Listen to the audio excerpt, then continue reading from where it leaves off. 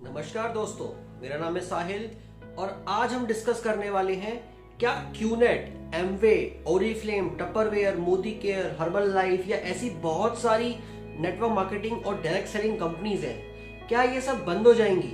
क्योंकि रिसेंटली एक direct selling guidelines आई हैं 2021, 16 में इससे पहले आई थी। वो भी वीडियो अवेलेबल है, आप देख सकते हैं मेरे चैनल पे। और इसमें जो गाइडलाइंस में थोड़े बहुत चेंजेस हुए हैं, बहुत लोगों ने जम्पशंस लगाए हुए हैं कि क्यूनेट बंद हो जाएगा। मेरा चैनल मेनली फोकस कर रहा है क्यूनेट के ऊपर, इसलिए मैं क्यूनेट को ही टॉपिक को आगे बढ़ाऊंगा। फिर भी कुछ क्वेरीज हो तो प्लीज आप सब पूछ सकते हैं मुझसे कमेंट में या मेरे को किसी भी प्लेटफॉर्म के थ्रू। तो चलिए शुरू करते हैं। क्या क्यूनेट बंद हो जाएगा? बहुत लोग खुश हो रहे हैं, एक्साइटेड हो रहे हैं कि क्यूनेट बंद हो जाएगा, पिरामिड स्कीम्स बंद कर दी हैं, मनी सर्कुलेशन स्कीम बंद कर दी हैं। तो चलिए जानते हैं क्या ये सच में बंद होगा। लोगों की जो एक्सपेक्टेशंस हैं क्या वो फुलफिल कर रही है गवर्नमेंट? तो चलिए शुरू करते हैं। देखिए, क्यूनेट बिल्कुल कंक्लूड कर रही है डायरेक्ट सेलिंग की गाइडलाइंस को। सुन के धक्का जरूर लगेगा आपको, मगर क्यूनेट की जो अंदर की पॉलिसीज है वो बेसिक मैं आपको कंपेयर करके दिखाऊंगा गाइडलाइंस के थ्रू।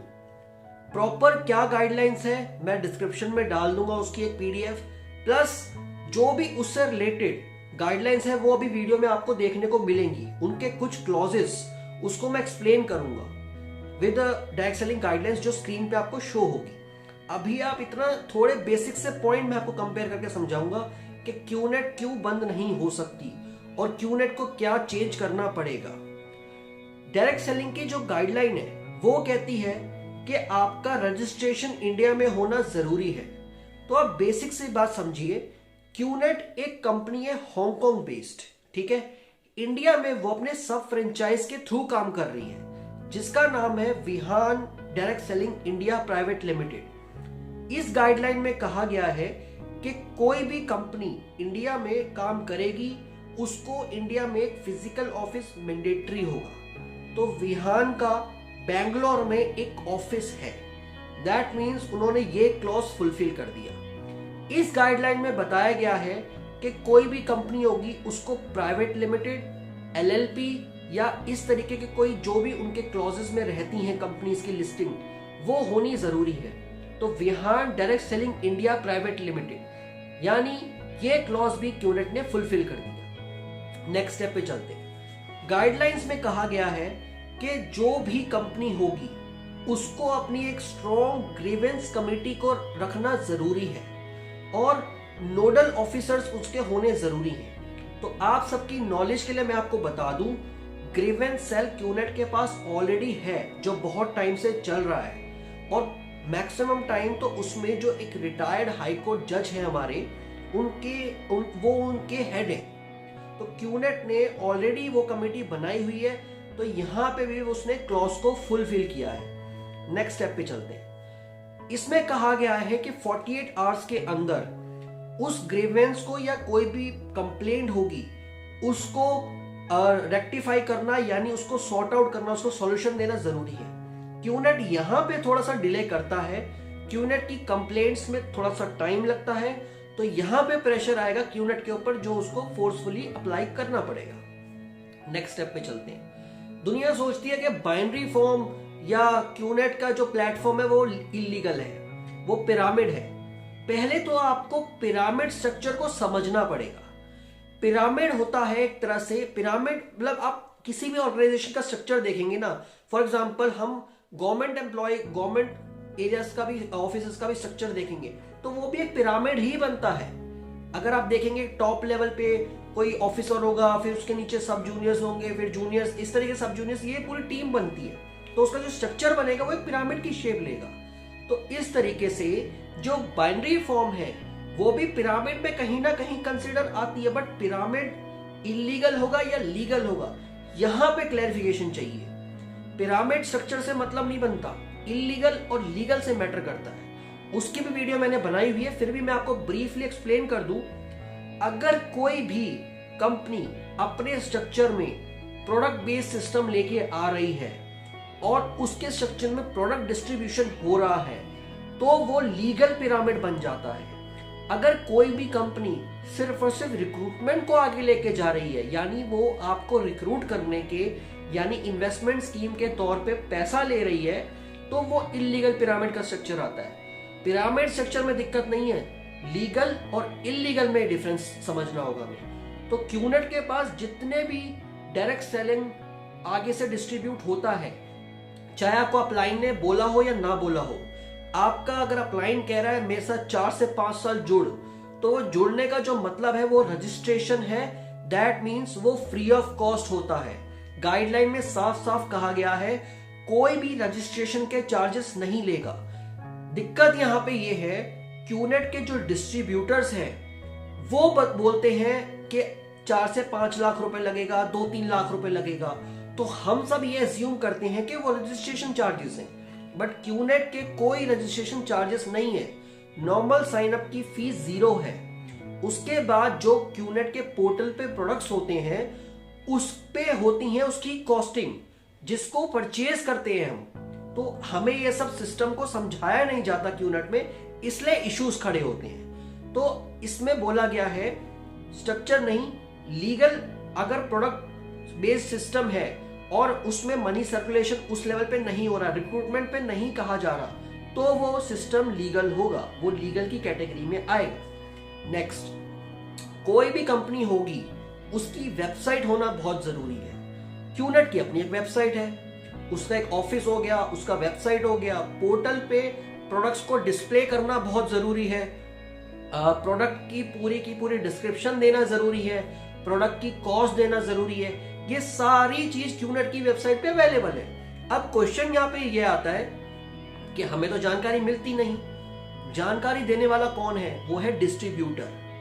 जो भी आपको प्लान दिखा रहा है क्यूनेट में, उसका फर्ज बनता है कि वो अपना एक आईडी प्रूफ शो करे क्यूनेट की तरफ से जो मिला हुआ है। अगर वो शो नहीं करता तो सबसे बड़ा फ्रॉड तो उसने वहीं से स्टार्ट किया है। तो नेक्स्ट में कोई भी कंपनी का प्लान अगर आप देखने जा रहे हैं तो बीच में आपको अलर्ट कर दूं, सबसे पहले आईडी कार्ड चेक करो। उसमें उसकी फोटो, उसका आईडी नंबर, सब कुछ ट्रैकिंग, सब कुछ लिखा होता है, वो सब चेक करो। उसके बाद प्लान्स देखो। तो गाइडलाइंस में भी कहा गया है कि पहले आईडी कार्ड शो करना पड़ेगा, उसके बाद प्रेजेंटेशन स्टार्ट होगी। और इसमें यह भी कहा गया है कि कोई भी पर्सन प्रेजेंटेशन के बेस पे ही प्रोडक्ट सेल नहीं करेगा, प्रोडक्ट के फीचर सब कुछ बताने पड़ेंगे। तो इन शॉर्ट जो डिस्ट्रीब्यूटर कर रहे हैं वो सीधा सीधा क्लेम, जो मैं बहुत टाइम से कहना चाह रहा था, क्यूनेट एज अ कंपनी सही है, मगर क्यूनेट के जो डिस्ट्रीब्यूटर है वो स्कैम कर रहे हैं। क्योंकि हमारे पास डिस्ट्रीब्यूटर्स आते हैं, और डिस्ट्रीब्यूटर कौन होते हैं? हमारे फ्रेंड सर्कल में कोई होगा, हमारे फैमिली में कोई होगा, या हमारे आस पड़ोस का कोई होगा, या हमें स्ट्रेंजर भी होगा, तो वो भी कोई ना कोई अप्रोच उसी वे से करेगा जो उसकी स्क्रिप्टिंग होगी। तो in short QNet as a company conclude कर रही है अपने सारे स्टेप्स, कहीं ना कहीं ये सिर्फ और सिर्फ डिस्ट्रीब्यूटर स्कैम बढ़ रहा है। अब इन गाइडलाइंस में ये कहा गया है आप प्रोस्पेक्टिंग जो करेंगे, जो भी आपका सामने वाला पर्सन होगा उसको कंपनी की क्लियर इंफॉर्मेशन देंगे, उसको रिफंड पॉलिसी भी बताएंगे। क्यूनेट की भी रिफंड पॉलिसी है, और वो जो रिफंड पॉलिसी है वो इंडिया में 30 डेज के प्रोडक्ट की बायबैक पॉलिसी है। वो इसलिए है क्योंकि वो मैंडेटरी की हुई है गाइडलाइंस में। तो हमें समझना होगा कि क्यूनेट सारी चीज कंक्लूड कर रही है, बट क्यूनेट लैक कहां पे कर रहा है? अपने जो उसकी इंफॉर्मेशन लैक हो रही है डिस्ट्रीब्यूटर्स के थ्रू। क्यूनेट को जो सबसे बड़ा चेंज करना पड़ेगा, जो हमारे पास 90 डेज का टाइम होगा हर कंपनी के पास, वो ये करना होगा कि उसको कोई स्ट्रिक्ट एक्शन का सिस्टम अपना क्लियर करना पड़ेगा। पब्लिसिटी जो करते हैं क्यूनेट या बाकी सब, उसको इतना स्ट्रॉन्ग लेवल पे लेके जाना होगा, अवेयरनेस फैलानी होगी, जिसकी वजह से ही जो वायरस की तरह डिस्ट्रीब्यूटर स्कैम फैल रहा है उसको रोक पाएगा क्यूनेट। और बाकी लोग जो फंसा हुआ फील कर रहे हैं, क्यूनेट में पैसे जाते हैं और उनको लगता है डूब जाते हैं, तो वो फील जो कर रहे हैं, कहीं ना कहीं उसमें क्यूनेट का जो मॉनिटरिंग सिस्टम है उसको उसमें इंप्रूव करना होगा। ये भी एक गाइडलाइंस में लिखा गया है कि अपना मॉनिटरिंग सिस्टम हर कंपनी को इंप्रूव करना होगा, हर कंपनी को स्ट्रॉन्ग करना होगा, ताकि ग्राउंड लेवल पे जो स्कैम्स हो रहे हैं, जो फ्रॉड हो रहे हैं वो रुक सके, क्योंकि कहीं ना कहीं ये जो स्कैम फ्रॉड हो रहा है ये कहीं ना कहीं कंपनी के हाथ में भी होता है। कंपनी को इतनी स्ट्रिक्ट गाइडलाइंस को बनाना पड़ेगा। तो ये सारे बेसिक से स्टेप्स हैं जो क्यूनेट फुलफिल कर रहा है, और क्यूनेट जहां लैग कर रहा है वो उसको 90 डेज में सॉर्ट आउट करना पड़ेगा। अगर 90 डेज में क्यूनेट सॉर्ट आउट नहीं करता और कोई भी क्लॉज क्यूनेट का गवर्नमेंट ऑफ इंडिया की 2021 की गाइडलाइन से मिसमैच होता है तो कहीं ना कहीं गवर्नमेंट ऑफ इंडिया उसको बंद करने के लिए क्लेम करेगी। बट उसके लिए अब ये डिसीजन फ्यूचर में रहेगा कि क्यूनेट बंद होगा या नहीं होगा। अब एक क्लॉज और रह गया। लोग कहते हैं कि क्यूनेट के पास बहुत कॉस्टली प्रोडक्ट्स हैं। देखिए, फिर से क्लियर कर दूं, प्रोडक्ट कॉस्टली है या सस्ते हैं ये डिपेंड नहीं करता। हाँ, अगर 1 रुपए का प्रोडक्ट, सेम का सेम प्रोडक्ट मार्केट में कहीं और सेल हो रहा है और क्यूनेट उसे 100 रुपए का बेच रहा है, सेम का सेम प्रोडक्ट, याद रखें हम सब लोग इंक्लूडिंग मी, हम सारे प्रोडक्ट्स को चेक नहीं करते कि उसकी क्या मॉडल नंबर है, उसकी क्या स्पेसिफिकेशन है, उसका प्राइस डिफरेंस क्यों है। अगर कोई भी प्रोडक्ट सेम का सेम, शार्प का एयर प्यूरिफायर का एग्जांपल लेता हूं मैं, वेस्टीज के पास भी एक शार्प का एयर प्यूरिफायर है, क्यूनेट के पास भी शार्प का एयर प्यूरिफायर है। दोनों अलग अलग कंपनी ने मॉडल बनाए हुए हैं, अलग अलग टाइप्स के वो एयर प्यूरिफायर्स हैं, और वो दोनों एयर प्यूरिफायर्स एक वेस्टीज के थ्रू ही सेल होगा और एक क्यूनेट के थ्रू ही सेल होगा। तो हमें समझना पड़ेगा, अगर वेस्टीज सेम प्रोडक्ट शार्प का अगर 18,000 में बेच रहा है और वही सेम प्रोडक्ट क्यूनेट 50,000 में बेच रहा है तो वो गलत होगा। मगर क्यूनेट के पास जो टाइप का प्रोडक्ट है उसकी कॉस्टिंग 50,000 है और वेस्टीज के पास मान लो 18,000 का एयर प्यूरिफायर है, उसकी कॉस्टिंग 18,000 रुपए वहीं पे है, तो ये आप क्लेम नहीं कर सकते कि प्रोडक्ट कॉस्टली है या प्रोडक्ट चीपर है। यहां पे हमारी पॉकेट आती है कि हम कौन सा प्रोडक्ट खरीद सकते हैं, नहीं खरीद सकते। अगर हमारी पॉकेट 10,000 अलाउ करेगी तो हम 10,000 का एयर प्यूरिफायर ही ढूंढेंगे। वो जो कॉस्टिंग होती है वो एक मैन्युफैक्चरर ही डिसाइड करता है, वो कंपनीज के साथ ही टाई अप होता है। हर वक्त कहीं ना कहीं ऑडिट चलती हैं, ऑडिट्स के बाद डिसाइड होता है कि कंपनी में मार्जिन, हायर मार्जिन की वैल्यू का डिफरेंस तो नहीं है।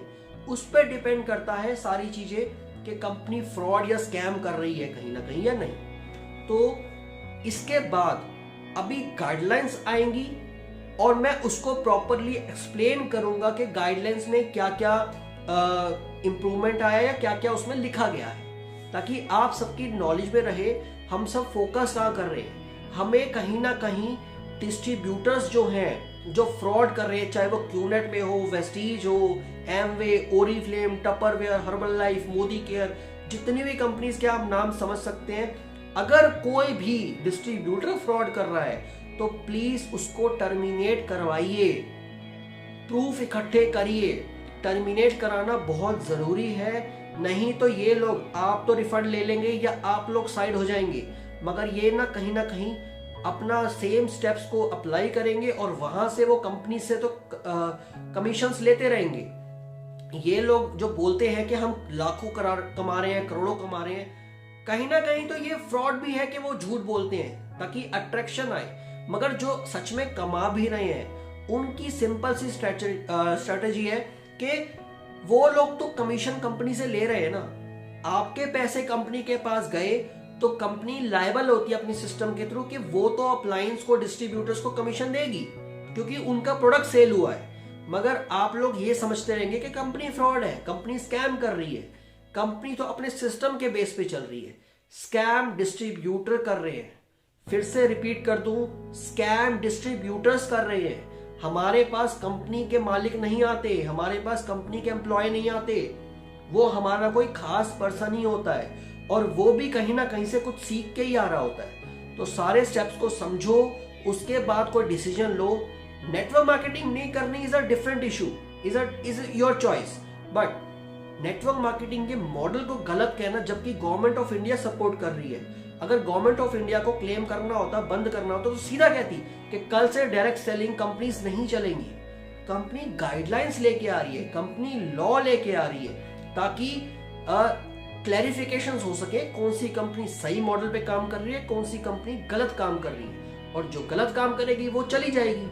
और क्यूनेट जितना मुझे लगता है अभी तक तो चांसेस नहीं है उसके जाने के, क्योंकि वो सारा कंक्लूड कर रही है। फ्यूचर में 90 डेज के बाद अगर गवर्नमेंट ऑफ इंडिया को लगेगा तो डेफिनेटली वो इंडिया से चली जाएगी। तो आगे आप सब डायरेक्ट सेलिंग गाइडलाइंस को समझे, मैं उसमें डिस्प्ले करने वाला हूं। तो चलिए वो शुरू करते हैं। दोस्तों, ये है डायरेक्ट सेलिंग की गाइडलाइंस 2021। तो जैसे आप देख पा रहे हैं, इसमें 28 दिसंबर की एक डेट दी गई है, तो ये रिसेंटली फॉर्मुलेट हुई हैं। सबसे पहले आपको एप्लीकेशंस दिखेंगी कि रूल्स क्या कहते हैं। रूल्स में कैसे बताया गया है कि कैसे डायरेक्ट सेलिंग कंपनीज अपने गुड्स और सर्विसेज को बेचेंगी। तो उसके बाद नजर आएगी आपको कुछ डेफिनेशंस। ये सारी डेफिनेशन डिस्क्रिप्शन में आपको मिल जाएगी, जिसमें cooling of period, direct seller, direct selling company, money circulation scheme, miss selling, किस तरीके से आपको प्रोस्पेक्ट कहा जाएगा, पिरामिड स्कीम क्या होती हैं, वो सारी चीज़ आपको अवेलेबल मिल जाएंगी। तो बेसिक सा इसका फंडा जो आप स्क्रीन पे देख पा रहे हैं वो मैं शॉर्ट में आपको समझा दूं। इसमें कहा गया है कि डायरेक्ट सेलिंग कंपनी उसको अपनी गुड्स और सर्विसेज के डिस्क्रिप्शन वेबसाइट में देनी पड़ेगी। उसमें कोई भी कंपनी बिना किसी इंफॉर्मेशन के कुछ भी एक्सप्लेन नहीं कर सकता, कोई भी डायरेक्ट सेलर।